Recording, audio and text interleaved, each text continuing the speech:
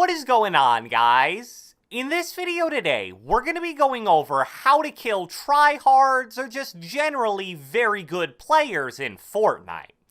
I made a video similar to this around 4 months ago, and a lot of people seem to really enjoy it.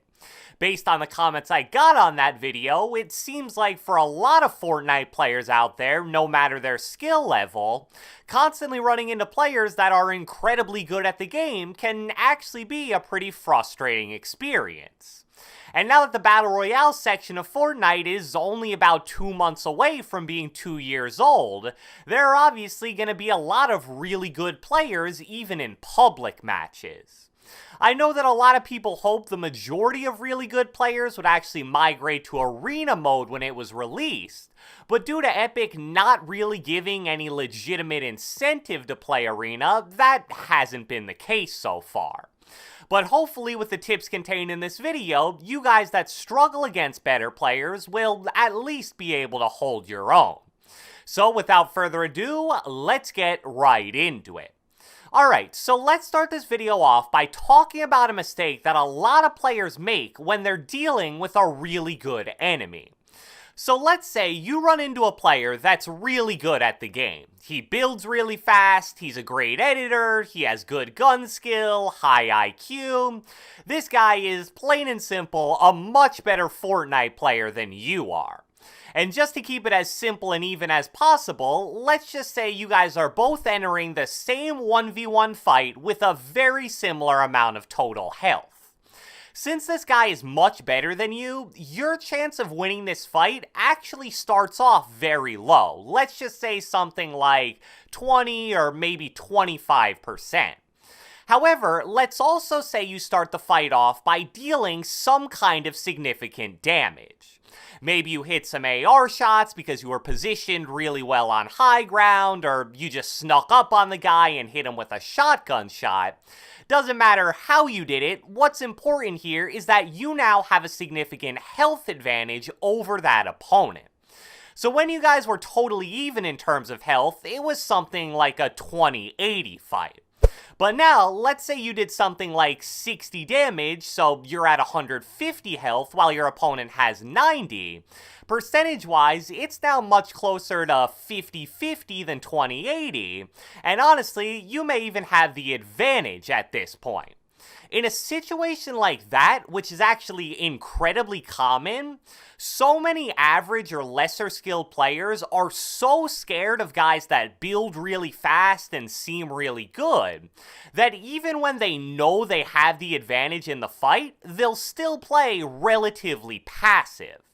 And I believe that the mindset they have is basically, alright, I did something good by hitting him for a decent amount of damage right away. Now I'm just gonna sit on high ground and hope he makes some kind of mistake that will allow me to kill him.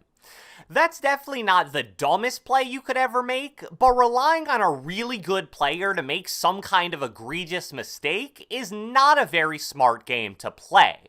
Sure, it'll definitely happen every once in a while, but that's one of the main things that makes these players so good. They don't make very many mistakes. So in these situations, as soon as you have an advantage in the fight, like the one we just talked about, you want to basically play as aggressive as possible. At 150 health to 90 health, your chances of winning the fight are likely as good as they're gonna get. So if you decide to just play passive and not really apply pressure, here's what's going to happen the vast majority of the time. That enemy's going to box up, likely drink minis to go from 90 health right back to 140, and then do some kind of crazy advanced retake to get high ground over you. The best chance you have to prevent that from happening is to play like you have no fear and a mindset of, if I don't get this kill now, I'm never gonna get it. One of the best players at doing this is actually Innocence. Even at the highest level of competitive play, the pressure that he puts on any enemy he makes weak at the very beginning of a fight is absolutely wild. Now sadly, not many people have Inno's insane aim, so there are going to be times where you make the right play in this situation and still end up getting one-pumped or simply outgunned. But at the end of the day, you made the play that gave you the best chance to win the fight, and that's all you can really ask for when dealing with someone who's better than you. The next tip in this video is a quick tip specifically for build fights against good players. Something that gets looked at as kind of a low skill technique in Fortnite is chopping down or shooting out enemy builds to make players fall from high ground.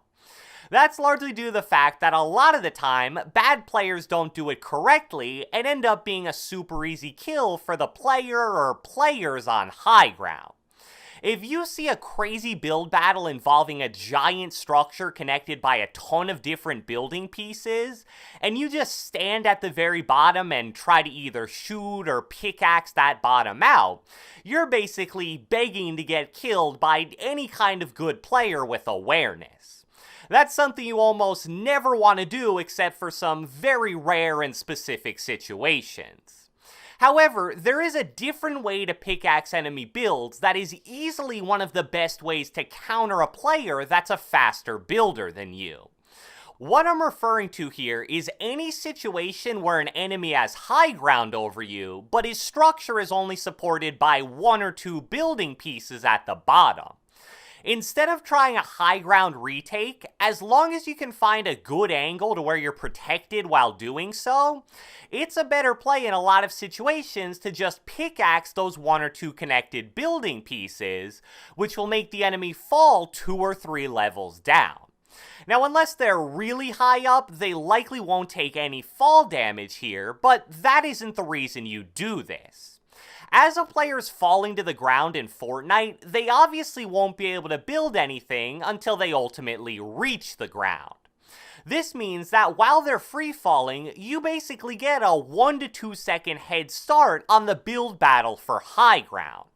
And even if that enemy is a better builder than you, that 1 to 2 second head start should be enough for you to win that build battle for high ground. A player that's insanely good at doing this is Aiden. I remember the first time I 1v1'd him, I actually felt like I was able to outbuild him for high ground a lot of the time, but he would always find these perfect angles where he was protected enough to pickaxe me out, and then as soon as I was falling, he'd take high ground. Just make sure you're listening though, because if you hear the enemy jump down to your level, you obviously need to be prepared to defend yourself.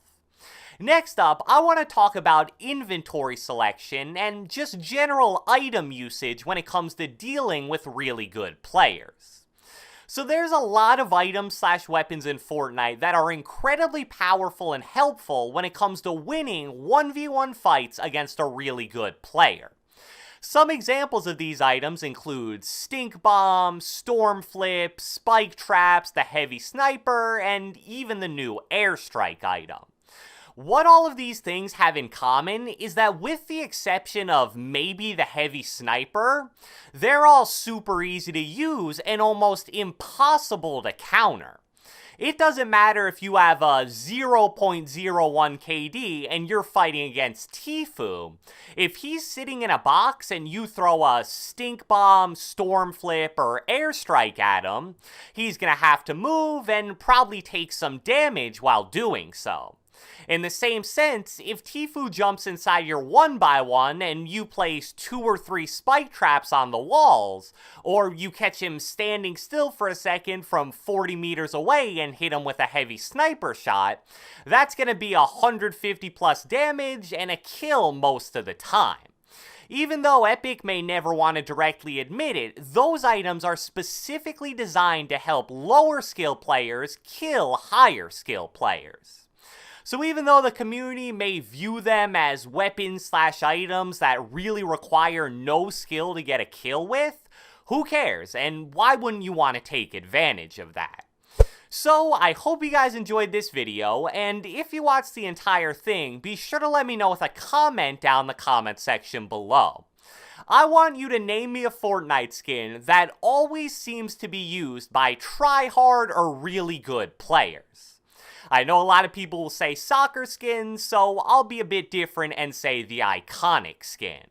Be sure to leave a like, leave a comment, subscribe, turn on post notifications, do whatever the heck you want. And I will catch you guys next time.